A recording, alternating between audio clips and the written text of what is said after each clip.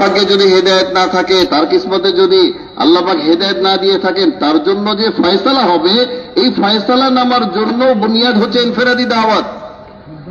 যতক্ষণ পর্যন্ত ইনফিরাদি দাওয়াত পুরা না হবে, আল্লাহ যে ফয়সালা করে রাখছেন এই ফয়সালা জমিনের মধ্যে নামবে না। একজন কট্টর কাফের, তার কাছে হুজুর সাল্লাল্লাহু আলাইহি ওয়াসাল্লাম ইনফিরাদি ভাবে দাওয়াত দেওয়ার জন্য এক সাহাবীকে পাঠাইতে চাইলেন। পাঠানোর আগে ওই সাহাবীকে বললেন যে দেখো, কিন্তু ফেরাউনের চাইতে বড় কঠোর, বড় সার্কাস, বড় কঠোর মনোভাবের অধিকারী, হিংস্র ব্যক্তি। তারপর হুজুর সাল্লাল্লাহু আলাইহি ওয়াসাল্লাম তার কাছে ওই সাহাবীকে দাওয়াতে পাঠাইলেন। তো ওই সাহাবী তার কাছে যখন দাওয়াত নিয়ে গেলেন, ওই ব্যক্তি বড় হাস্যরসের সাথে বলতেছে, আরে তোমার রব সোনার না চাঁদি, তোমার রব কি সোনা দিয়ে বানানো না রূপা দিয়ে বানানো, এই ধরনের বিদ্রুপাত্মক কথা ওই সাহাবীকে শোনাইতেছেন। ওই সাহাবী এই কথা শোনার পরে হুজুর সাল্লাল্লাহু আলাইহি ওয়াসাল্লামের কাছে চলে আসছেন। মেরে ভাই দোস্ত, আজকে আমরা যারা বলি যে দাওয়াত যদি ফরজ হয়, তাহলে কতবার আমরা তার কাছে দাওয়াত নিয়ে যাব, কতবার তার কাছে দাওয়াত নিয়ে যাব? এই সমস্ত প্রশ্নের কারণ একমাত্র এটা যে আমাদের সিরাতে দাওয়াতের উপর, হুজুর সাল্লাল্লাহু আলাইহি ওয়াসাল্লামের দাওয়াতি জিন্দেগির উপর আমাদের নজর নাই। হুজুর সাল্লাল্লাহু আলাইহি ওয়াসাল্লামের দাওয়াতি জিন্দেগি এটা আমরা পড়ি নাই, এটা আমাদের সামনে নাই, যার কারণে এরকম অজ্ঞতাপূর্ণ প্রশ্ন আমাদের জবানের মধ্যে আসে যে কতবার দাওয়াত নিয়ে যাব। আল্লাহ পাকের হুকুম আমার সাল্লামের দাওয়াতি জিন্দেগির ব্যাপারে সম্যক অবগত না, দাওয়াতি জিন্দেগির ব্যাপারে আমাদের ধারণা নাই, যার কারণে ভাই দোস্ত এরকম হালকা প্রশ্ন আমরা করছি। হুজুর সাল্লাল্লাহু আলাইহি ওয়াসাল্লাম ওই সাহাবীকে আবার পাঠাইলেন, একই প্রশ্ন করলো ওই কাফের, আবার ফিরে আসলেন। হুজুর সাল্লাল্লাহু আলাইহি ওয়াসাল্লাম তাকে আবার পাঠাইলেন যে যাও, ওই ব্যক্তিকে তুমি দাওয়াত দাও, আল্লাহর দিকে ডাকো। কিভাবে, কার কাছে পাঠাচ্ছেন? যার ব্যাপারে নবী সাল্লাল্লাহু আলাইহি ওয়াসাল্লাম জানেন যে এই ব্যক্তি নষ্ট হয়ে যাবে। যে ইনফিরাদি দাওয়াতি ছিল নবী সাল্লাল্লাহু আলাইহি ওয়াসাল্লামের বুনিয়াদি মেহনত, যেটার উপর আল্লাহ পাকের পক্ষ থেকে মদদের ফয়সালা হবে, আল্লাহ পাকের পক্ষ থেকে হেদায়েতের ফয়সালা হবে। আর যার কপালে হেদায়েত নেই তার জন্য হালাকাতের ফয়সালা হবে। আর পুরা দুনিয়ার তাসখিরে আলম, পুরা দুনিয়ার যে নিজামকে বান্দাদের পক্ষে আল্লাহ তাআলা নিয়ে আসবেন, এটার বুনিয়াদও হচ্ছে ইনফিরাদি দাওয়াত। इसीलिए आप सल्लल्लाहु अलैहि वसल्लम इस दावत के रास्ते में आने वाली तमाम तकालीफ और मुजाहदात को, चाहे जिस्मानी हो या फिर रूहानी हो, कौली फैली, तमाम अजियतों को बर्दाश्त किया करते थे। इसलिए कि दाई के इस मुजाहिदे के बकदर अल्लाह रब्बुल इज्जत हिदायत के फैसले फरमाते हैं। आप सल्लल्लाहु अलैहि वसल्लम की ये सुन्नत रही कि जब भी आप दावत देते तो लोग आपको तकलीफें पहुंचाते। हज़रत मुनीब अज़दी रज़ी अल्लाह तआला अन्हु फरमाते हैं कि आप सल्लल्लाहु अलैहि वसल्लम सुबह सवेरे कुफ्फार मक्का को चलकर दावत दे रहे हैं और फरमा रहे हैं, ए लोगों ला इलाहा इल्लल्लाह पढ़ लो, कामयाब हो जाओगे। कहते हैं कि मैंने देखा बाज ऐसे बदबख्त थे कि जो आपको बुरा भला कह रहे थे, बाज ऐसे इंतहाई नासमझ लोग थे जो आप सल्लल्लाहु अलैहि वसल्लम के ऊपर मिट्टी भी डाल रहे थे, और बाज ऐसे बदनसीब लोग थे जो आप सल्लल्लाहु अलैहि वसल्लम के चेहरे अनवर पर थूके चले जा रहे थे। लेकिन आप सल्लल्लाहु अलैहि वसल्लम उन्हें दावत देते चले जा रहे हैं। मेरे भाइयों, दोस्तों, बुजुर्गों, ये एक दो घंटे की बात नहीं थी, बल्कि उनके अपने अल्फाज हैं। फरमाते हैं कि सुबह से जो आपने इन मुजाहिदों के साथ तकलीफों को बर्दाश्त करते हुए दावत देना शुरू फरमाया कि चाश का वक्त हो गया।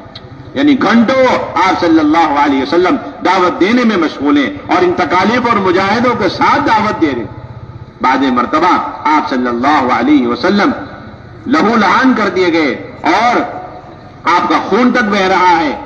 मुजाहिदों के साथ दीन की दावत दे रहे हैं। इन सारी तकलीफों और मुजाहिदों के नतीजे में अल्लाह रब्बुल इज्जत अपने एक बंदे को हिदायत से नवाज रहे हैं, सय्यदुल अंबिया सल्लल्लाहु अलैहि वसल्लम। गालियां पीटी जा रही, मजाक उड़ाया जा रहा है, यहां तक कि आपको होश नहीं, कर्नुत सालिब तक आप बगैर होश के चले जाए। इसको दीन की दावत दी जाए। चुनांचे अद्दास को दावत दी और उसको अल्लाह ने हिदायत से नवाजा। आप अंदाजा लगाएं कि जब सय्यदुल अंबिया सल्लल्लाहु अलैहि वसल्लम की इतनी लंबी चौड़ी और मुसलसल जिस्मानी और रूहानी अजियतों को बर्दाश्त करने के बाद एक अद्दास नामी गुलाम को अगर हिदायत मिली है, आप इससे अंदाजा लगाएं कि क़यामत तक आने वाली सारी इंसानियत को हिदायत मिले और वह जहन्नम से जन्नत में चली जाए, तो इसके लिए दावत और उसमें इनफरादी दावत और उसमें आने वाली अजियतों को कितना बर्दाश्त करने की जरूरत है। মেরে ভাই দোস্ত, হযরত বলেন এই যে দাওয়াত ইলাল্লাহর মুবারক মেহনত, এই মেহনতের সুন্নত তরিকাটা কি, কোন সিফাতের সাথে কোন পদ্ধতিতে নবী সাল্লাল্লাহু আলাইহি ওয়াসাল্লাম কোন অবস্থায় কোন হালতে দাওয়াত ইলাল্লাহর মেহনত করছেন। উনি বলেন যে দায়ী যে পরিমাণ এই রাস্তায় মুজাহাদা, কুরবানি, মাশাক্কাত, তার উপর জুলুম সাতাম, এটাকে যে পরিমাণ বরদাস্ত করবে এবং জুলুম সাতাম এই কুরবানি এবং এই হালতের মধ্যে সে যে পরিমাণ দাওয়াতকে জারি রাখবে, ইনফিরাদি দাওয়াতকে সে চালু রাখবে, ওই পরিমাণ আল্লাহ তাআলা উম্মতের মধ্যে হেদায়েতকে আম করবেন। দায়ীকে আল্লাহ তাআলা এই ময়দানের মধ্যে কোরবানি নেন, তার মুজাহাদা কোরবানি হয়, আর এই কোরবানির ময়দানে কোরবানির মধ্যেই সে যখন দাওয়াতকে চালু রাখে তখন আল্লাহ তাআলা হেদায়েতকে উম্মতের মধ্যে আনেন। উনি বলেন, আমার মোহতারাম ভাই দোস্ত, মুনিব আজদি রাদিয়াল্লাহু তাআলা আনহু এক সাহাবী, উনি মুসলমান হওয়ার আগের ঘটনা বর্ণনা করছেন যে আমি নবী সাল্লাল্লাহু আলাইহি ওয়াসাল্লামকে দেখলাম যে মক্কার বাজারে উনি সেই সকাল থেকে উম্মতকে এক কথা বলছেন, হ্যাঁ, ইয়া আইয়ুহান নাস কুলু লা ইলাহা ইল্লাল্লাহ, যে তোমরা লা ইলাহা ইল্লাল্লাহ বলো, তোমরা লা ইলাহা ইল্লাল্লাহ স্বীকার করো, এই কথার দাওয়াত দিচ্ছেন। আর বিপরীত দিকে কি হচ্ছে, ওই কাফেররা হুজুর সাল্লাল্লাহু আলাইহি সাল্লামের উপর কি পরিমাণ নির্যাতন করছেন। কেউ হুজুর সাল্লাল্লাহু আলাইহি সাল্লামকে গালি দিচ্ছেন, কেউ হুজুর সাল্লাল্লাহু আলাইহি সাল্লামের উপর ওই বালি নিক্ষেপ করতেছে, আর কেউ হুজুর সাল্লাল্লাহু আলাইহি সাল্লামের নুরানি ওই মুবারক চেহারার উপর থুতু নিক্ষেপ করতেছে। এবং এই কঠিন অবস্থার মধ্যে, হ্যাঁ, বলে 1-2 মিনিটের জন্য দাওয়াত না, ঘন্টার পর ঘন্টা এই কোরবানির মধ্যে দিয়ে হুজুর সাল্লাল্লাহু আলাইহি সাল্লাম দাওয়াত দিচ্ছেন। ওই সাহাবী বলেন যে আমি দেখলাম যে উনি ফজর থেকে শুরু করছেন, চাশতের ওয়াক্ত হয়ে গেছে, অর্থাৎ ঘন্টার পর ঘন্টা উনি এই জুলুম নির্যাতনের সাথে উনি দাওয়াত দিচ্ছেন। আমার ভাই দোস্ত আজিজ, এই জুলুম নির্যাতন আর এই হালতের ভিতরে, এই ভিতরেই দাওয়াতের মেহনত চলে, এই ভিতরে বালকগুলি হুজুর সাল্লাল্লাহু আলাইহি সাল্লামকে তায়েব থেকে এরকম গালি দিচ্ছিল আর বের করছিল, আর হুজুর সাল্লাল্লাহু আলাইহি সাল্লামের উপর পাথর নিক্ষেপ করতেছিল। ইতিহাসের মধ্যে আছে যে এই পরিমাণ নবী সাল্লাল্লাহু আলাইহি সাল্লামকে এই দাওয়াতের মুবারক মেহনতের মধ্যে তায়েফে নির্যাতন করা হয় যে হুজুর সাল্লাল্লাহু আলাইহি সাল্লামের পুরো দেহ রক্তাক্ত হয়ে যায়, তার পায়ের জুতা পর্যন্ত রক্তে আটকে যায়। ওই হুজুর সাল্লাল্লাহু আলাইহি সাল্লাম এই তায়েফের ঘটনা, তায়েফের দাওয়াতের এই মুবারক মেহনতের কারণে তাকে এই জুলুমের শিকার হইতে হয়। উনি বলেন যে এইভাবে রক্তাক্ত হয়ে নবী সাল্লাল্লাহু আলাইহি সাল্লাম অনেক দূর পর্যন্ত যখন আসলেন, একটা বাগানে বসছেন, ওইখানে আদ্দাস নামের একজন গোলাম, এই গোলাম বলে সে হুজুর সাল্লাল্লাহু আলাইহি সাল্লামের জন্য এক থোকা আঙ্গুর নিয়ে আসলো। হুজুর সাল্লাল্লাহু আলাইহি সাল্লাম ওই রক্তাক্ত অবস্থায়, কঠিন অবস্থায়, এটাকে উনি মওকা মনে করলেন যে এই সুযোগেই তাকে দাওয়াত দিতে হবে। আমার এই কোরবানি, এই জুলুম সাতামের মধ্যে তাকে যদি দাওয়াত দেই তাহলে সে হয়তো কবুল করবে। ওই জায়গায় উনি আঙ্গুরকে গ্রহণ না করে ওই ব্যক্তিকে, গোলামকে আল্লাহর দিকে দাওয়াত দিলেন, আর তার ওই কোরবানিওয়ালা দাওয়াতের বরকতে ওই গোলাম ওইখানের মধ্যে কালমা পড়ে মুসলমান হয়ে গেলেন। হযরত বলেন, ভাই দোস্ত, একজন গোলামকে মুসলমান বানানোর জন্য জনাবে মুহাম্মদ রাসূলুল্লাহ সাল্লাল্লাহু আলাইহি ওয়াসাল্লামের মতো মুবারক জিসিম, জনাবে মুহাম্মদ রাসূলুল্লাহ সাল্লাল্লাহু আলাইহি ওয়াসাল্লামের মতো রূহানী নবী, উনাকে যদি এই পরিমাণ জুলুম নির্যাতন সহ্য করতে হয়, তাহলে কিয়ামত পর্যন্ত আনেওয়ালা যে উম্মতি, কিয়ামত পর্যন্ত আনেওয়ালা যত মানুষ দুনিয়ার মধ্যে আসবে, এই সমস্ত মানুষকে হেদায়েতের উপর আনার জন্য, জাহান্নামের আগুন থেকে বাঁচানোর জন্য আমাকে আপনাকে এই ইনফিরাদি দাওয়াতের ময়দানে কি পরিমাণ মুজাহাদার কোরবানি উঠাইতে হবে। আমার ভাই দোস্ত আজিজ, বলে এই ইনফিরাদি দাওয়াত যখন কোরবানির সাথে আমি আপনি ওই দরজায় উঠাবো, আল্লাহ পুরা দুনিয়ার উম্মতের হিদায়তের ফয়সালা করবেন। दूसरी बुनियादी सुन्नत ये, किसी भी किस्म का इंसान हो और किसी भी किस्म का तबका हो, उनके हिदायत पर आने के लिए और उनके दिलों के नरम होने के लिए और तमाम तर अहकामात और फराइज के कबूल करने की इस्तेदाद पैदा करने के लिए अल्लाह ने अगर कोई जगह हमें अता फरमाई है तो वो मस्जिद और मस्जिद के अमाल है। इसीलिए अल्लाह रब्बुल इज्जत ने 2 बातें फरमाई। एक तो ये कि मुशरिकीन ये मस्जिदों को आबाद नहीं कर सकते, उनके शिर्क का ये असर है कि वो इन मसाजिद को आबाद कर ही नहीं सकते, और दूसरी तरफ अहले ईमान की सिफत और बुनियादी जिम्मेदारी और को आबाद रखे। और फिर अल्लाह रब्बुल इज्जत ने इस पर हिदायत का वादा फरमा दिया कि गैर का तासुर तमाम शक्लों नक्शों असबाब का यकीन दिल के अंदर से निकल कर वाहिद अल्लाह रब्बुल इज्जत के ज़ात आली के तासुर और यकीन के दिल के अंदर करने की कोशिश ना करना भी मसाजिद को वीरान करने के हुक्म में ही दाखिल है। मसाजिद को आबाद करने की कोशिश न करना और उन्हें वैसे ही छोड़ देना, चाहे 5 वक्त की नमाज ही आप पढ़ रहे हैं, लेकिन 5 वक्त की नमाज पढ़ के आप छोड़ रहे हैं, और 2 नमाजों के दरमियान जो वक्त और वक्फा होता है उसमें उन अमाल को करने के बजाय जो आप सल्लल्लाहु अलैहि वसल्लम ने फरमाए और सहाबा ने फरमाए, इन मसाजिद को ताले मार देना, इन मसाजिद को खाली छोड़ देना, यह भी मस्जिदों को वीरान करने ही में दाखिल। इसलिए उम्मत की बुनियादी जिम्मेदारी और उम्मत की तरबियत का यह बुनियादी सबब है कि एक एक फर्द को दीन की दावत देकर आप मस्जिद के माहौल में लेकर के आए। मेरे भाई दोस्तों बोलें দ্বিতীয় যে বুনিয়াদি হেদায়েতের সবব হুজুর সাল্লাল্লাহু আলাইহি ওয়াসাল্লাম এই উম্মতের কাছে রেখে গেছেন, উম্মতের তালিম তারবিয়ত এবং তাজকিয়ার জন্য যে বুনিয়াদি জায়গা হুজুর সাল্লাল্লাহু আলাইহি ওয়াসাল্লাম উম্মতকে চিনাইছেন, মসজিদ আল্লাহ পাকের ঘর এবং মসজিদ ভিত্তিক ওই নবীওয়ালা আমাল। যখন এই মসজিদ কেন্দ্রিক দাওয়াত ইলাল্লাহর মেহনত হবে এবং মসজিদের মধ্যে হুজুর সাল্লাল্লাহু আলাইহি ওয়াসাল্লাম ওয়ালা নুরানি কাজ মসজিদের মধ্যে চলতে থাকবে, তখন ভাই দোস্ত মানুষ হিদায়াতের দিকে আসবে, মানুষ দ্বীন শিখবে, মানুষের ভিতরে তাজকিয়া হবে, হিদায়াত আম হবে। যখন আমরা মসজিদকে হুজুর সাল্লাল্লাহু আলাইহি ওয়াসাল্লামের মেহনত দ্বারা আবাদ করব, হুজুর সাল্লাল্লাহু আলাইহি ওয়াসাল্লামের মেহনত দিয়ে মসজিদকে সাজাবো, তখন মেরে ভাই দোস্ত আজিজও বলে দিন আমাদের জিন্দগির মধ্যে পুরো আসবে, দিনের ফাহাম আমাদের জিন্দগির মধ্যে আসবে, আর প্রত্যেকটা মানুষের কাছে দিন পৌঁছার জরিয়াও হবে এই মসজিদ। এই জন্য হুজুর সাল্লাল্লাহু আলাইহি ওয়াসাল্লাম 23 বছর সাহাবায়ে কেরামকে এই মসজিদ ভিত্তিক কাজ শিখিয়েছেন যে দাওয়াত ইলাল্লাহর মুবারক মেহনত চলবে কিভাবে, জায়গা চিনেছেন যে মসজিদ থেকে মসজিদ ভিত্তিক ভাবে এই মুবারক কাজ চলবে, উম্মত মসজিদের মধ্যে বেশি থেকে বেশি সময় দিবে। 2 নম্বর উনি বলেন মেরে ভাই দোস্ত সমস্ত আগিয়ার আমাদের চোখের সামনে দুনিয়ার যত নকশা আমরা দেখি, যত আসবাবের শেকেল আমরা দেখি, আর দেখা দেখির কারণে এটা তাআসসুর, এটার প্রভাব আমাদের দিলের মধ্যে যেটা আসে যে এই দুনিয়ার আসবাব, দুনিয়ার নিয়ম, দুনিয়ার শেকেল ছাড়া আমরা চলবো কিভাবে, মানে এই আসবাবের তাআসসুর থেকে বাঁচার বুনিয়াদি আমল হচ্ছে মসজিদ। মেরে ভাই দোস্ত যত বেশি আমি মসজিদের মধ্যে সময় দিব তো আসবাবের শেকেল থেকে বাঁচা, আসবাবের তাআসসুর থেকে বাঁচা, এটা প্রত্যেক ব্যক্তির জন্য সহজ হবে যদি সে মসজিদ কেন্দ্রিক জিন্দেগি বানায়, মসজিদের মধ্যে সময় দেয়। 3 নম্বরে উনি বলেন যে মুশরিকিনদের সিফাত আল্লাহ তাআলা বলেন মসজিদ কোনদিন আবাদ করতে পারবে না, এদের দ্বারা মসজিদ আবাদ হবে না। আর মুমিনদের অপরিহার্য গুণ কি বলেছেন যে মুমিনদের অপরিহার্য বৈশিষ্ট্য হচ্ছে এটা যে মুমিনরা মসজিদকে আবাদ করবে, মুমিন তারা মসজিদকে আবাদ করবে, তাদের দিলের সাফাইয়ের কারণে তারা মসজিদকে জমাবে, মসজিদকে আবাদ করবে। মেরে ভাই দোস্ত প্রত্যেক মুমিন মুসলমানের এটা অপরিহার্য সিফাত, জিম্মাদারি যে সে মসজিদকে আবাদ করবে, মসজিদের নববীর নকশায় সে সাজানোর জন্য ফিকির করবে। উনি বলেন যে ইলিয়াস সাহেব রহমতুল্লাহ আলাইহি বলতেন যে মসজিদ আবাদ করার জন্য চেষ্টা না করাই হচ্ছে মসজিদকে বিরান বানায় দেওয়া, যে আমি মসজিদকে আবাদ করতেছি না, আমি মসজিদ আবাদের ব্যাপারে ফিকির করছি না, আমার চেষ্টা না করাই হচ্ছে মসজিদকে বিরান ছেড়ে দেওয়া। 2 নামাজের ওয়াকফায় যে মাঝখানের যে দরমিয়ানি ওয়াক্তটা থাকে, লম্বা সময়টা থাকে, আমি মসজিদ তালাবদ্ধ করে আমি চলে যাচ্ছি, এখানে মসজিদ আবাদের মেহনত আমি চালু করি নাই।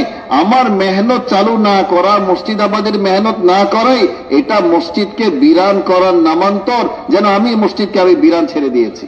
এই জন্য ভাই দোস্ত আজিজ যখন আমরা এই মসজিদ ভিত্তিক কাজগুলিকে করব, উম্মতের মধ্যে তালিম তারবিয়ত হবে, উম্মতের তাজকিয়া হবে এবং উম্মতের মধ্যে আল্লাহ পাকের জাতের ইয়াকিন আসবে।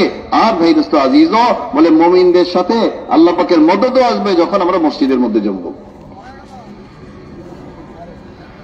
इसीलिए आप सल्लल्लाहु अलैहि वसल्लम के दौर में जितने जिद्दी किस्म के लोग आया करते थे या उनको लाया जाता था तो उन्हें बड़े एहतिमाम के साथ मस्जिद के माहौल में रखा जाता था ताकि उनके अंदर से ये जिद इनाद खत्म हो और दिल की सख्ती खत्म हो, और उस खैमे में उनको ठहराया, इसरार एहतिमाम के साथ ऐसे लोगों को आपने मस्जिद में क्यों ठहराया? रिवायत में खुद सराहत मौजूद है ताकि उनके दिल नरम हो जाएं और जिन फराइज के लिए वो तैयार नहीं है वो इन फराइज को कबूल करके उन पर अमल करने वाले बन जाएं। रिवायत में मौजूद है कि चंद दिन गुजरे थे, सिर्फ और सिर्फ मस्जिद के माहौल और फरिश्तों के परों के तासीर से उनके अंदर ऐसी तब्दीली पैदा हुई, इस्तेदाद पैदा हुई कि वो दीन में 100% दाखिल होने के लिए तैयार हो गए। नमाजें भी शुरू कर दी, रोजे भी रखने शुरू कर दिए और जिहाद के लिए भी अंदर से तैयार हो गए,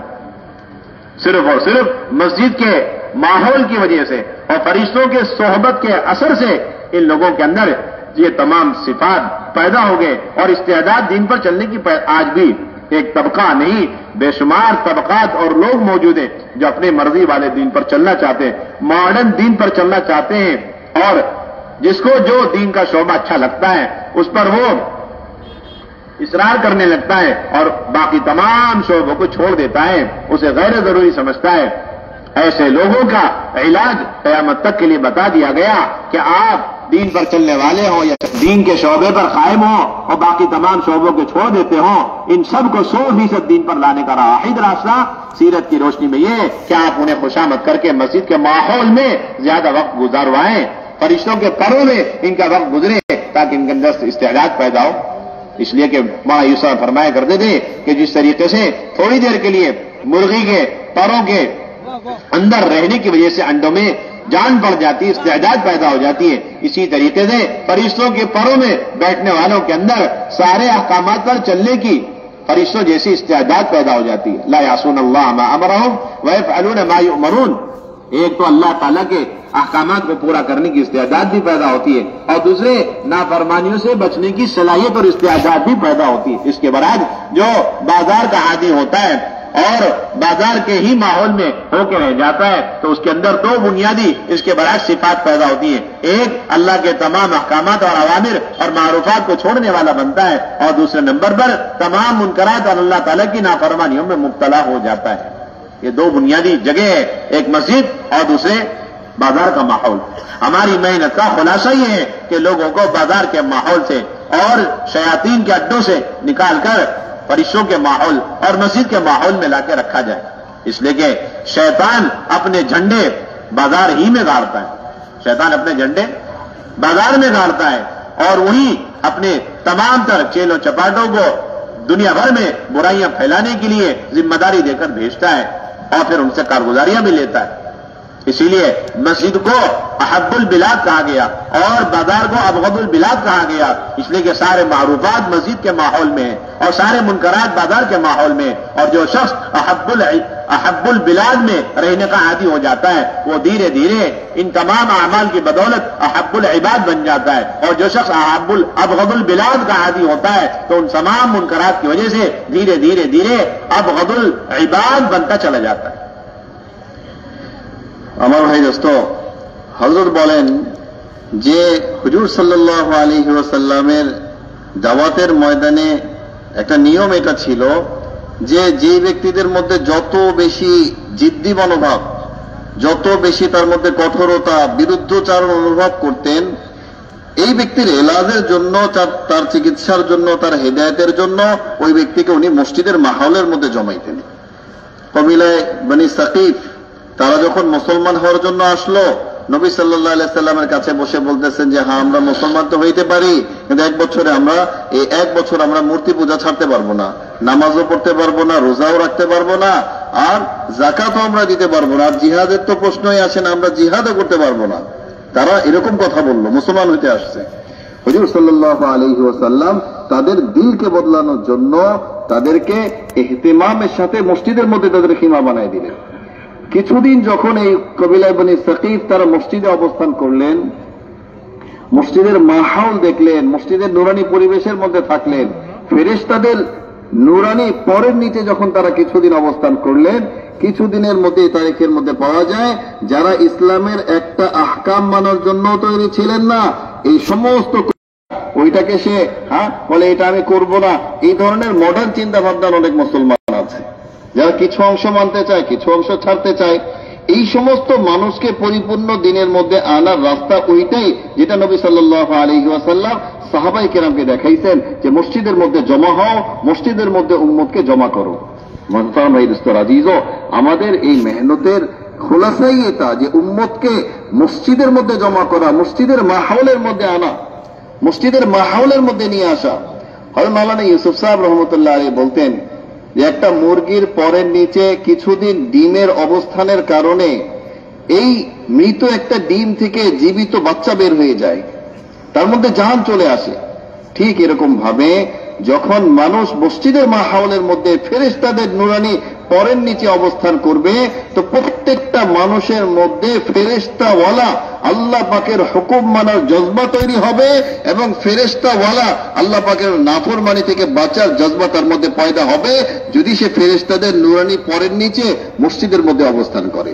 কেন আমার ভাই দোস্ত আজিজ, আল্লাহ রব্বুল ইজ্জত মসজিদকে বলেছেন আহাব্বুল বিলাদ, যে পৃথিবীর মধ্যে সর্বপ্রিয়, আমার সবচেয়ে প্রিয় জায়গা হচ্ছে মসজিদ। তো এই মসজিদের মধ্যে ফেরেশতাদের মাহৌলে, নুরানি মাহৌলে যে যত বেশি সময় দিবে, হযরত বলেন যে সে আহাব্বুল ইবাদে পরিণত হবে। এই দুনিয়ার মধ্যে আল্লাহ পাকের যত বান্দা আছে, এই সমস্ত বান্দাদের মধ্যে সবচেয়ে প্রিয় বান্দায় পরিণত হবে ওই ব্যক্তি যে বেশি থেকে বেশি সময় মসজিদে অবস্থান করবে। ঠিক এটার বিপরীত আল্লাহ পাক বলেন, হাদিসের মধ্যে আসছে আবগাদুল বিলাদ, সবচেয়ে নিকৃষ্ট ঘৃণিত জায়গা হচ্ছে বাজার। কেন?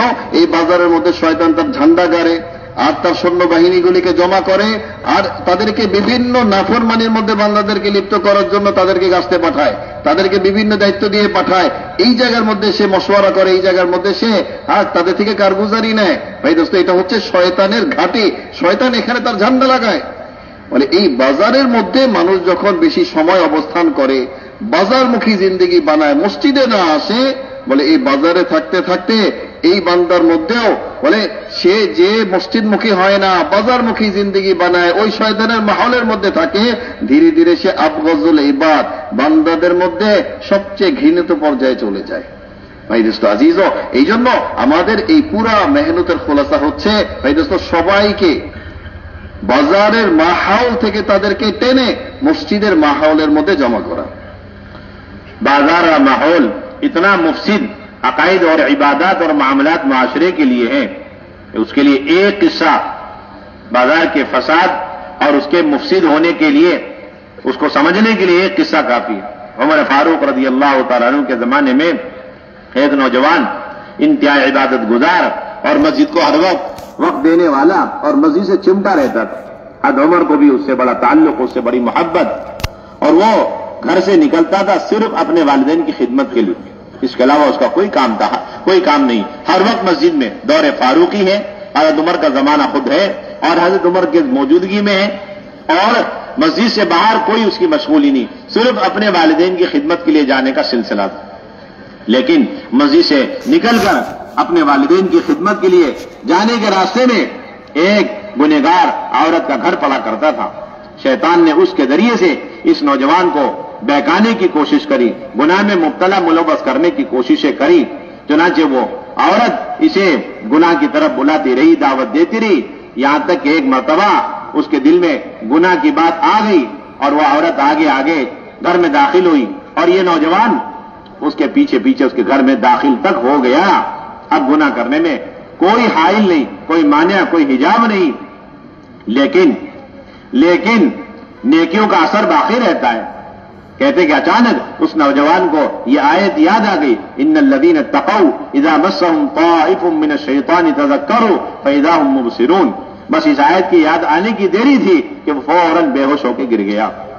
उस औरत को डर हुआ, अपने बांदी के सहारे से उस नौजवान को उठाया और उसके घर के दरवाजे पर छोड़कर रातों रात वापिस आ गई। घर के अंदर घर वाले परेशान, उसके तलाश में निकलने के लिए जब दरवाजा खोला तो देखा कि बेटा बेहोश दरवाजे पे पड़ा हुआ है, उसे अंदर ले गए। बहुत देर बाद होश आया, मालूम करने पर उसने सारा किस्सा सुनाया। तो उसके वालिद ने पूछा कि वो कौन सी आयत थी बेटा जिसके याद आने से फौरन तुम बेहोश हुए और इस तरह तुम इस गुनाह से बच गए? तो उसने वो आयत दोबारा तिलावत की, इन्नल्लज़ीना तक़ौ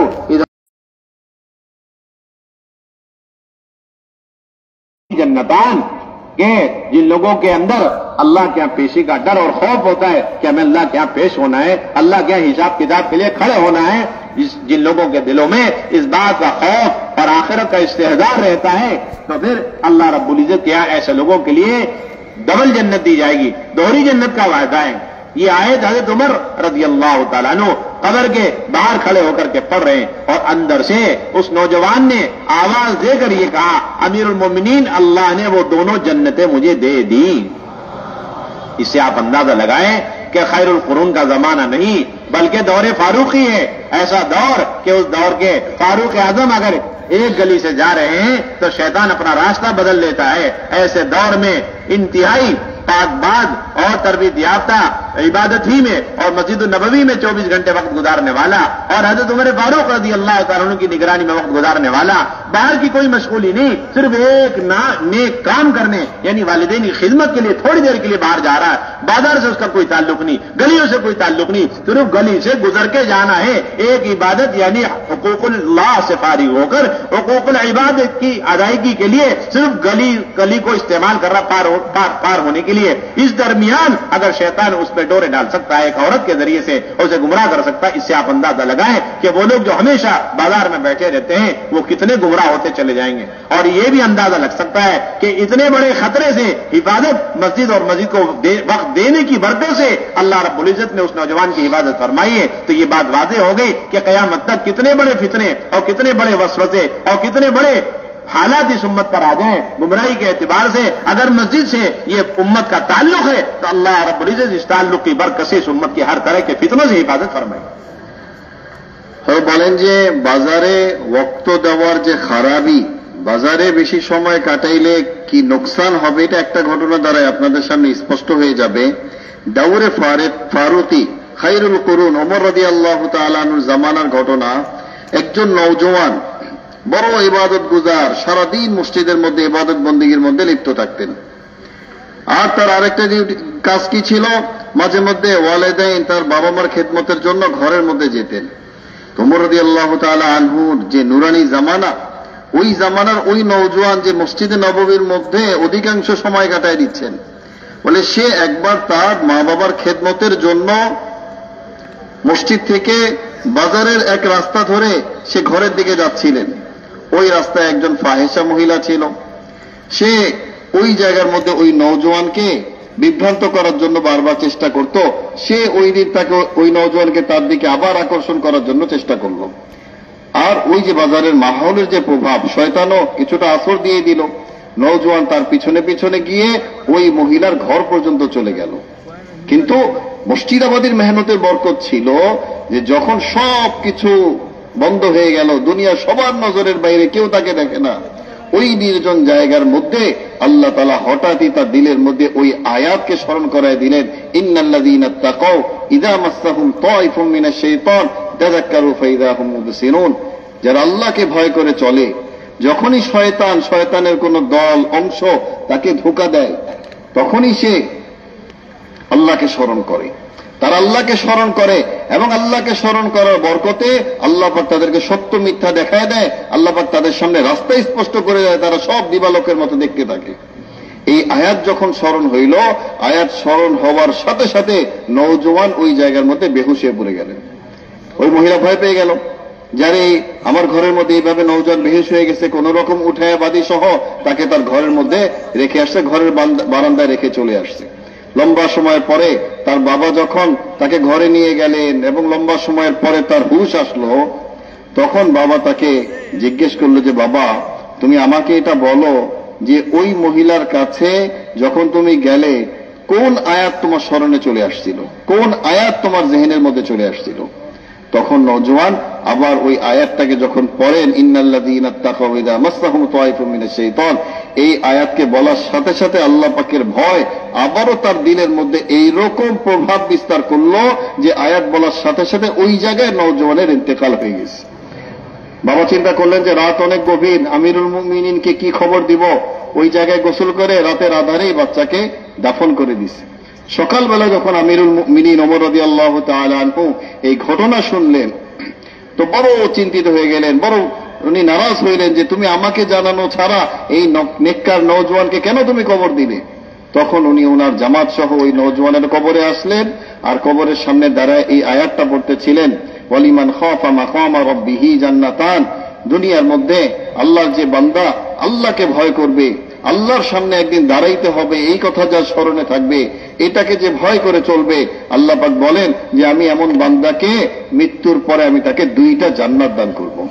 ওমর রাদিয়াল্লাহু তাআলা আনহু এই ঘটনা পড়া ছিল, পড়া মাত্র ওই কবর থেকে নওজওয়ান আওয়াজ দিয়ে বলতেছেন যে হে আমিরুল মুমিনিন, বলে আমার আল্লাহ তো আমাকে এই আয়াতের ওয়াদা অনুযায়ী আমার আল্লাহ আমাকে 2টা জান্নাতের মালিক বানাই দিচ্ছেন। মেরে ভাই দোস্ত, চিন্তার বিষয় এটা। এক নওজওয়ান যে অধিকাংশ সময় মসজিদে নববীতে কাটাইতেছেন কোন জামানায়? খায়রুল কুরুনের মধ্যে, ফারুকে আজমের জামানার মধ্যে রাদিয়াল্লাহু আনহু। এক গলিতে যদি উনি হাঁটতেন, শয়তান অন্য গলিতে চলে যেত। এমন মুবারক জামানার মধ্যে নওজওয়ান সে বাজারে সময় দেয় না, হক্কুল্লাহ থেকে হক্কুল ইবাদের পথে যাওয়ার পথে তার একটা সামান্য সময়ের জন্য বাজারের ওদিক দিয়ে সে অতিক্রম করত। এই সামান্য সময় বাজারের ওদিক দিয়ে অতিক্রম করার কারণে এমন মুবারক জামানার এমন পাক দামান মুবারক নওজওয়ানকে যদি শয়তান এত বড় ধোঁকার মধ্যে ফেলতে পারে, তাহলে আমার আপনার একটু চিন্তার বিষয়, যারা জিন্দেগির অধিকাংশ সময় বাজারে দিয়ে দিচ্ছেন, অধিকাংশ সময় বাজারের মধ্যে কাটাই দিচ্ছেন, তাদের মধ্যে শয়তান কি পরিমাণ আসর ফেলতে পারে, কি পরিমাণ নোকসানের মধ্যে তাদেরকে ফেলতে পারে। উনি বলেন মুহতারাম ভাই দোস্ত, কিন্তু এই নওজওয়ান মসজিদ আবাদের মেহনত করার কারণে, মসজিদ আবাদের মেহনতের বরকতে যখন অন্ধকার দোয়ারের মধ্যে আর কেউ ছিল না, ওই মসজিদ আবাদের মেহনতের বরকতে আল্লাহ পাক শয়তানের বড় ধোঁকা থেকে তাকে বাঁচাই দিয়েছেন।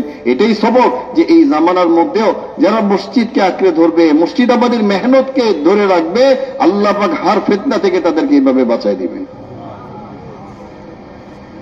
इसलिए हजरात सहाबा रजी अल्लाह अन्हुम अजमईन का बाजार के माहौल से, गफलत के माहौल से, मुनकरात के माहौल से लोगों को चाहे फारिग हो चाहे मशगूल हो नकद मस्जिद में भेजा करते थे, जबकि मस्जिदों के अंदर आमाल के हलके कायम किए जाते थे और सुबह शाम दिन रात हजरात सहाबा और हजरात ताबिईन की जमातें मस्जिदों के अंदर आमाल में मशगूल रहा करती थी। ये तो उम्मत का बहुत बड़ा हादसा है, अलमिया है, और ये हादसा उम्मत के आवाम के साथ ही मुताल्लिक नहीं बल्कि आवाम और खवास सब के सब इस हादसे का शिकार हो गए। वो ये कि सब ने ये समझा हुआ है कि मस्जिदें सिर्फ 5 वक्त की नमाज के अदा करने की जगह है। हालांकि ये मस्जिदें 5 वक्त की नमाज की अदा करने की जगह नहीं है, 5 वक्त की नमाज की ही अदा करने की जगह नहीं है, बल्कि उन सारे अमाल और उन सारे इबादत हैं जिन अमाल पर हुजूर सल्लल्लाहु अलैहि वसल्लम जमाने में मस्जिदें हुआ करती थी, खुलफा राशिदीन के जमाने में हुआ करती थी। यानी खुलफा राशिदीन के जमाने में, दौर नबूवत में इन मस्जिदों के अंदर ईमान के और इल्म के हलके और उसके साथ साथ जिक्र और कुरान के हलके और उसके साथ साथ दीन को जिंदा करने के लिए मशवरों के हलके और उसके साथ साथ जमातों की रवानगी और हिदायत और उसके साथ साथ वापसी पर उनके कारगुजारियां वगैरह जितने अमाल और उनके हलके लगा करते थे, वो सारे अमाल इनका बुनियादी मकसद है। इसलिए हजरत मुआद और हजरत इब्न रवाहा, हजरत अबू हुरैरा और हजरत उमर रज़ी अल्लाहु अन्हुम अजमईन जैसे किबार सहाबा और उलमाए सहाबा वो गश्त करके लोगों को मस्जिद की तरफ लेकर के आ रहे हैं और ये कह रहे हैं कि अगर हम मस्जिद आए तो अपना ईमान ताजा होगा। मालूम ये हुआ इन सारे सहाबा के इस अमल से कि गश्त और मुलाकातों का मौजू लोगों को सिर्फ दीन की बातें उनके गफलत और गुनाहों के माहौल में सुना करके वापिस आ जाना नहीं है, बल्कि उन्हें गफलत और गुनाहों के माहौल से हर हाल में उठाना और नकले मकानी करना, माहौल की तब्दीली, ये उम्मत की तरबियत का बुनियादी सबब है। इसलिए कि जब तक तब्दीली नहीं होगी उस वक्त तक आपकी दावत मौसिर। तुफैल अमर दौसी रज़ी अल्लाह तआला अन्हु हरम शरीफ में दाखिल होने से अपने कान में रुई रख करके इस नीयत से अंदर बैठे कि कुछ भी हो लेकिन इस शख्स की बात नहीं सुननी है। लेकिन अंदर दाखिल होते ही मोहम्मद सल्लल्लाहु अलैहि वसल्लम को कुरान पढ़ते हुए नमाज में जब सुना देखा तो दिल में बात उतर गई। वो खुद कहते हैं कि मेरे ना चाहते हुए नबी की बात मेरे दिल में उतर गई। ये है असल तबलीग कि आप उस जगह उम्मत को लेकर के आ जाओ जिस जगह अल्लाह रब्बुल इज्जत दिलों तक बात को उतार कर उनके दिलों को मुतासिर करके और दिलों को पाक फरमा देते, खुद फरमाते कि ना चाहते हुए बगैर किसी इरादे के अल्लाह ताला ने नबी की उन बातों को मेरे दिल में उतार दिया, एकदम से दिल मुतासिर हो गया और मैंने तय किया कि इनकी बात सुननी है, माननी है। चुनाचे पीछे पीछे गए नमाज के बाद और कलिमा पढ़कर दीन में दाखिल हो गए। इसी तरीके से सुमामा बिन उसाल 3 दिन तक मस्जिद नबवी में बांधकर रखे गए और हर रोज आप सल्लल्लाहु अलैहि वसल्लम इस तरह उनसे पूछ रहे, मां इंदक मां इंदक मां इंदक, आज तुम्हारा क्या इरादा है, आज कुछ नीयत बदली कि नहीं बदली, आज तुम्हारा दिल नरम हुआ कि नहीं हुआ। जिस तरह रोजाना एक डॉक्टर अपने पेशेंट की ओपीडी करता है, आज खाना पीना कैसा है, आज तबीयत में कैसा इफाका और आराम है, अल्लाह के नबी इसी तरह मस्जिद में रखकर ऐसे शदीद और जिद्दी किस्म के काफिरों से रोज सवाल कर रहे, मां इंदक तुम्हारा क्या, और रोजाना वो ये कहता कि या तो कत्ल कर दिए या फिर आप मुझे रिहा कर दिए, लेकिन मैं कत्ल होने के लिए राजी हूं, तैयार हूं, लेकिन दीन इस्लाम कबूल करने के लिए राजी नहीं, तैयार नहीं। लेकिन 3 दिन के बाद ऐसा असर दिल पर पड़ा कि जैसे उनको खोला गया, उछल करके आए, कलिमा पढ़ के दीन में दाखिल हो गए। तो पता चला कि क़यामत तक ऐसे जिद्दी किस्म के लोगों के दीन पर आने, हिदायत पर आने और दिलों के नरम हो जाने के लिए क़यामत तक एंटीबायोटिक और क़यामत तक वाहिद रास्ता वो उम्मत का मस्जिद के माहौल है, उसके अलावा कोई रास्ता नहीं है। आप तजर्बा कर सकते हैं कि दीन की बात सुनना नहीं चाहते, दीन पर अमल करना नहीं चाहते, गश्तों के जरिए मुलाकातों करिए, आप जरा सा उन्हें खुशामद करके आप मस्जिद के माहौल में लाकर रख लीजिएगा। अब वो जो आदमी आपकी बात अल्लाह के रास्ते में जाने के लिए तैयार नहीं, आप उनकी तश्कील करिए माहौल में लाके, वो अल्लाह के रास्ते में नहीं जाने के लिए तैयार हो रहा, जान देने के लिए तैयार हो रहा। इसलिए यह क़यामत तक के लिए सुन्नत है कि लोगों को गश्तों के जरिए, मुलाकातों के जरिए से हज़रात सहाबा का अमल यकीन करके, हुज़ूर सल्लल्लाहु अलैहि वसल्लम की सुन्नत यकीन करके और तरबियत और तज़किये का यकीन करके एहतिसाब के साथ उम्मत को आप मस्जिद के माहौल में लाकर इन अमाल में जोड़ें।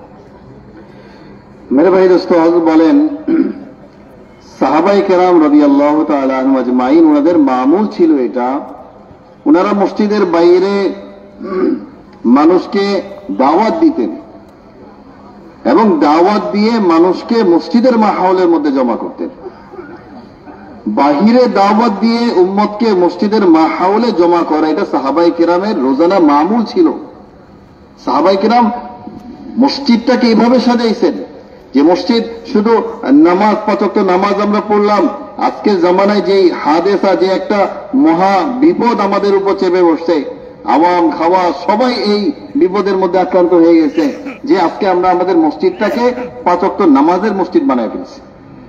যে মসজিদ কি জিনিস, 5 ওয়াক্ত নামাজ হবে। অথচ মেরে ভাই দোস্ত আজিজ, হুজুর সাল্লাল্লাহু আলাইহি ওয়াসাল্লামের জামানায় রাসূলুল্লাহ সাল্লাল্লাহু আলাইহি সাল্লাম যে মসজিদ নির্মাণ করেছিলেন, এটার মাকসাদ শুধু নামাজ ছিল না যে 5 ওয়াক্ত নামাজই শুধু পড়া হবে, এরপরে মসজিদের মধ্যে কোনো কাজ নাই, কোনো মসজিদের মধ্যে কোনো আমল নাই। বরং ভাই দোস্ত আজিজ, মসজিদ ছিল ওই জায়গা যেখানে এলেমের হালকা হবে, ইমানের হালকা হবে, যেখানে জিক্র ব্যাপক আকারে সারা দুনিয়ার মুসলমানের মধ্যে এই এক ধারণা চলে আসছে যে মসজিদ আমরা 5 ওয়াক্ত নামাজের জন্য বানায় ফেলছি। অথচ সাহাবায়ে কেরামের দাউরে সাহাবায়ে কেরাম উম্মতকে মসজিদের বাইরে গিয়ে মসজিদের দিকে নিয়ে আসতেন এই হালকা গলিতে বসানোর জন্য। হযরত মাওলানা ইউসুফ সাহেব রহমতুল্লাহ আলাইহি বলতেন যে আমাদের এই মেহনতের দ্বারা মাকসাদ কি, আমাদের এই মেহনতের দ্বারা মাকসাদ ওইটাই, হুজুর সাল্লাল্লাহু আলাইহি ওয়াসাল্লাম সাহাবায়ে কেরামকে মসজিদে নববীর মধ্যে যে আমলগুলির মধ্যে জমা করেছিলেন, মসজিদকে যে অবস্থার মধ্যে হুজুর সাল্লাল্লাহু আলাইহি সাল্লাম তামির করেছিলেন, যেই আমল দিয়ে মসজিদকে আবাদ করেছিলেন, ওই আমলগুলিকে মসজিদের মধ্যে জিন্দা করা, এটাই হচ্ছে আমাদের দাওয়াতের মেহনতের মাকসাদ।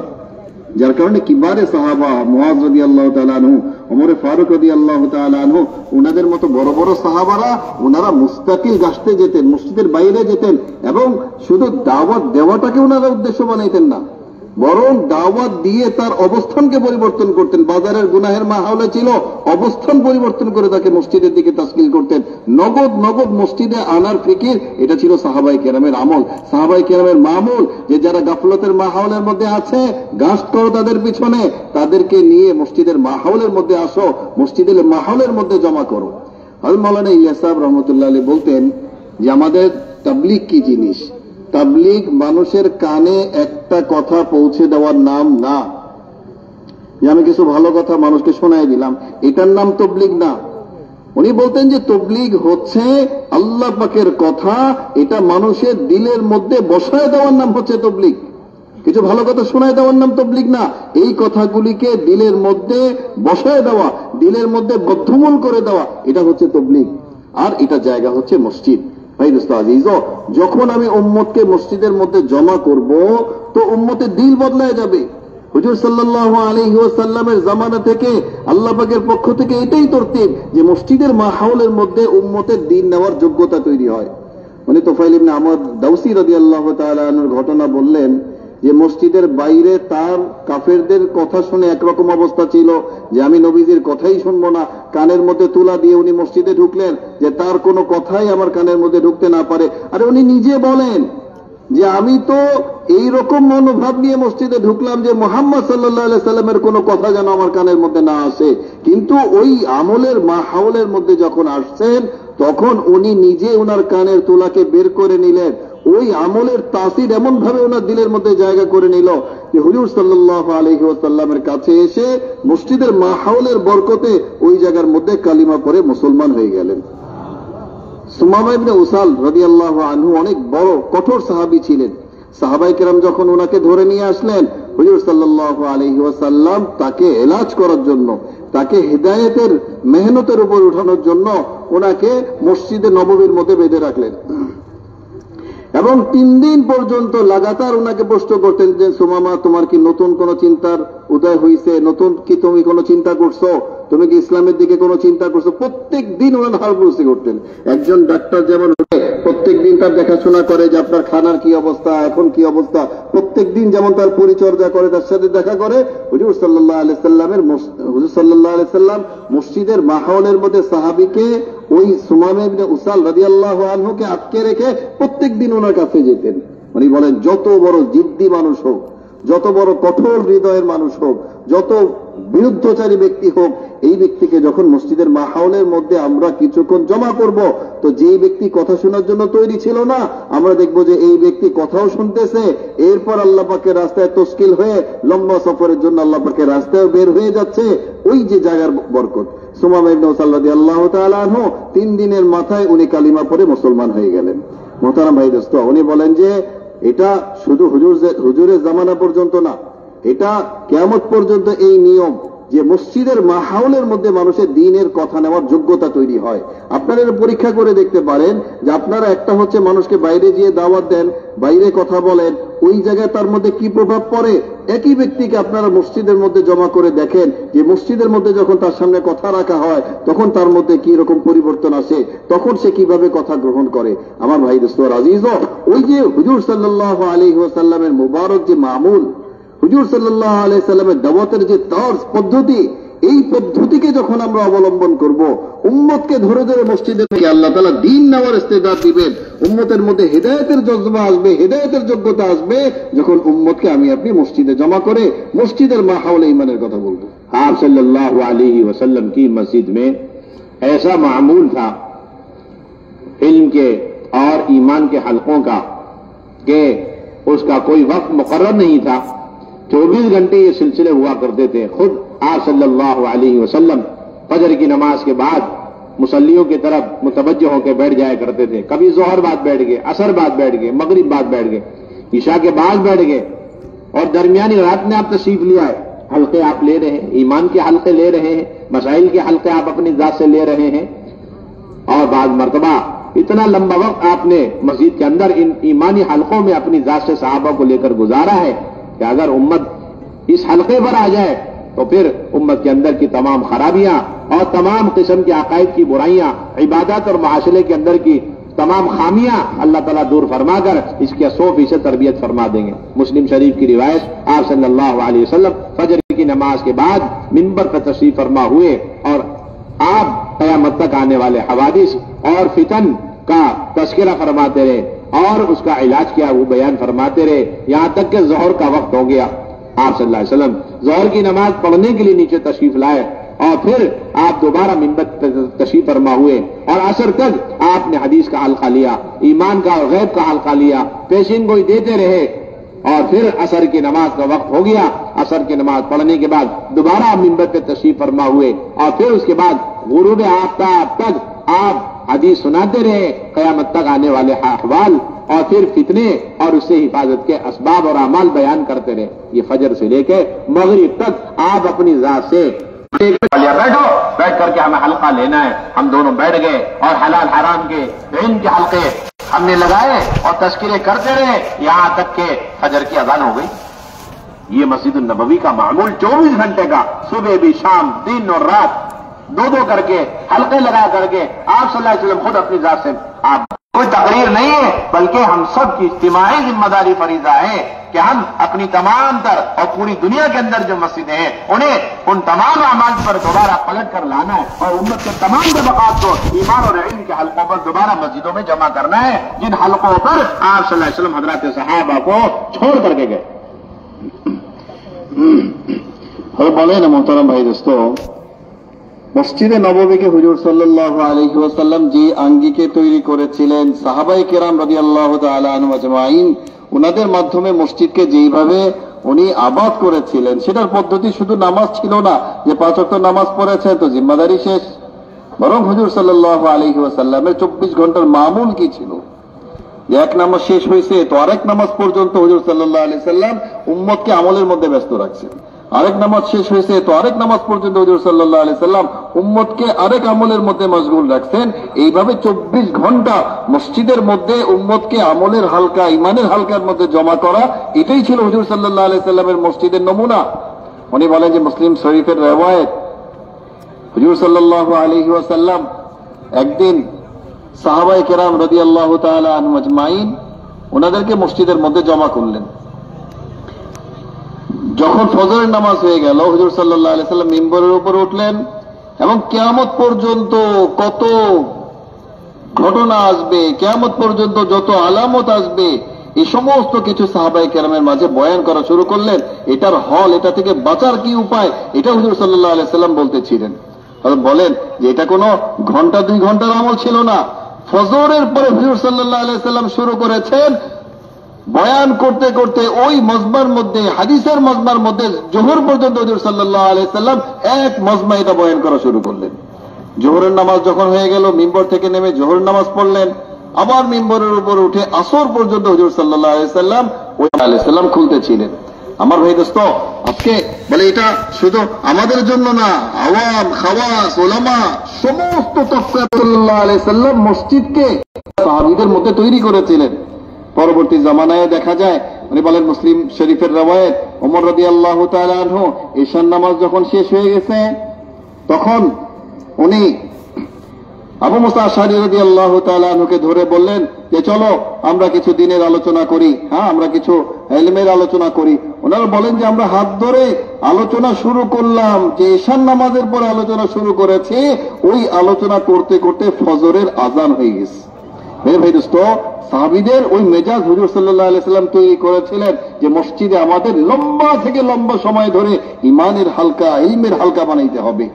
আজকে ভাই দোস্ত, আজকে আমরা যে মজমার মধ্যে জমা হয়েছি, এটা কোনো বয়ান তাকরীরের জায়গা না, এটা কোনো প্রোগ্রাম না যে আমরা একটা প্রোগ্রাম দিয়ে আপনাদেরকে কিছু ভালো কথা শোনানোর জন্য জমা করেছি, বরং হুজুর সাল্লাল্লাহু আলাইহি ওয়াসাল্লাম যে আমাল মসজিদে নববীর মধ্যে শুরু করেছিলেন, ওই আমালের উপর সারা দুনিয়ার উম্মতিকে জমা করা, ওই আমাল দিয়ে সারা দুনিয়ার মসজিদগুলিকে আবাদ করা, এটার জিম্মাদারির উপর নিজেকে উঠানো, এটার জিম্মাদারি নেওয়া, এটার জিম্মাদারি নিয়ে সারা দুনিয়ার মধ্যে চলা, ওই ফিকির পয়দা করার জন্য এই মজমা এখানে জমা হয়েছে। ভাই দোস্ত, কিছু ভালো কথা শুনলাম, চলে গেলাম, বলে না এতটুকু না, হুজুর সাল্লাল্লাহু আলাইহি ওয়াসাল্লাম ওয়ালা ওই জিম্মাদারি নিয়ে উঠতে হবে। হুজুর সাল্লাল্লাহু আলাইহি ওয়াসাল্লাম ওয়ালা ওই ফিকির মসজিদের মধ্যে আমার নিজেকে জমতে হবে। পুরা উম্মতকে সমস্ত ফিতনা থেকে বাঁচানোর জন্য মসজিদের মধ্যে জমা করার ভাই দোস্ত যে তরতিব হুজুর সাল্লাল্লাহু আলাইহি সাল্লাম কায়েম করেছিলেন, আজকে আমাদের আজম করতে হবে যে আমরা সারা দুনিয়ার মসজিদগুলির মধ্যে সারা দুনিয়ার উম্মতকে আমরা दोबारा আবার মসজিদের মধ্যে জমা করবো इंशाअल्लाह। मस्जिदों के अंदर 2 बुनियादी हल्के लगाने, एक तालीम का हल्का है और दूसरा दावत का हल्का है, और इस्तकबाल के लिए आदमी तैयार खड़ा रहे तमाम इंतजामात के साथ, और फिर मस्जिद के बाहर जमात जाकर 2-2 की, 3-3 की, और हर तबके पर मेहनत करके उन्हें लेकर के आए। हमारे इन गश्तों का और आबादी की मेहनत का बुनियादी खुलासा 4 चीजें। ایک یہ امر بالمعروف نہیں ان منکر کے فریضے کی ادائیگی کی عملی شکل ہے، اس میں کوئی شک و شبے کی گنجائش نہیں۔ طرف سے عذاب کا خوف ہے اور اندیشہ ہے، یہ بہت بنیادی چیز ہے۔ اور دوسری بنیادی بات یہ اس کے ذریعے سے ایمان کو تازہ کرنا اور ایمان کی تجدید مقصود ہے، اس لیے کہ حضرت معاذ رضی اللہ تعالیٰ عنہ نے اپنے ساتھی کا ہاتھ پکڑ کے یہی کہا تھا، تعال اجلس بنا نؤمن ساعتن۔ امام بخاری رحمۃ اللہ علیہ فرماتے ہیں کہ ایمان بڑھتا ہے گھٹتا ہے، اور پھر ایمان کے بڑھنے کا قیامت تک عمل ہے وہ یہ کہ گشتوں کے ذریعے گشت کر رہے اور لوگوں کو مزید لے کر کے آ رہے، تو پھر قیامت تک لوگوں کے اپنے ایمان کو تازہ کرنے کے لیے حضرت معاذ والے اسی آبادی کے عمل کو اور انہی ملاقاتوں کے سلسلے کو قائم رکھنا ہوگا۔ اس کے بغیر ایمان کے تازہ اور ایمان کے تجدید اور ایمان کے ترقی کا اور کوئی عمل ہوتا تو امیر اس عمل کو پیش کر رہے ہیں، تو قیامت تک یہ بات ثابت ہو گئی، واضح ہو گئی کہ قیامت تک اس امت کے ایمان کے تجدید اور ایمان کے اضافے، ایمان کی ترقی کے لیے یہ گشت اور ملاقات کا سلسلہ ہی اصل بنیادی عمل ہے۔ اس لیے دوسرا بنیادی مقصد، اور تیسرا علم پر امت کو لانا، جہالت سے نکال کر امت علم پر آ جانا۔